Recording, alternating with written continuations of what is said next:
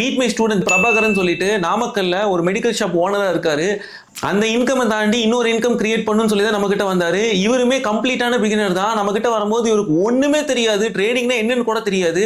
ஆனா ப்ராப்பரா ஹெச்பிடி சிஸ்டம்ஸை கத்துக்கிட்டு ஃபர்ஸ்ட் ஒரு 1 lakh rupees கேபிட்டல் போட்டு 10,000 rupees பிளஸ் ப்ராஃபிட்ஸ் பண்ணாரு. லேட்டர் சிடிடி ஃப்ரேம்வொர்க்ஸையும் கத்துக்கிட்டு ப்ராப்பரா ரிஸ்க் மேனேஜ்மெண்ட் எஃப்ஒன்னோ இதெல்லாம் இம்ப்ளிமெண்ட் பண்ணி கிட்டத்தட்ட 44,000 rupees வரைக்கும் லாஸ்ட் வந்து ஒரு நாள் ப்ராஃபிட்ஸ் பண்ண முடிஞ்சிச்சு. ஸோ இதை நான் எப்படி பாக்குறேன்னா, இவங்கெல்லாம் தனியா போயிருந்தாங்க, நம்மளோட சப்போர்ட் இல்லாம போயிருந்தாங்கன்னா 5 வருஷம் 10 வருஷம் எடுத்திருக்கும் ஓவராலா ப்ராஃபிட்டபிள் ஆகிறதுக்கு. ஏன்னா எனக்கே இந்த நாலேஜ் எல்லாம் இல்லாதனால 3 years ஆச்சு ப்ராஃபிட்டபிள் ஆகிறதுக்கு. கிட்டத்தட்ட 6 years ஆச்சு கன்சிஸ்டன்டா monthly 50,000 rupees to 1 lakh rupees money make பண்றதுக்கு. இதுக்கு மெயினான பிரச்சனையா பாக்குறது என்னன்னா, எனக்கு ஒரு ப்ராஃபிட்டபிள் மென்டர் எனக்கு கைட் பண்ண இல்லைன்னு தான் நான் நினைச்சேன்.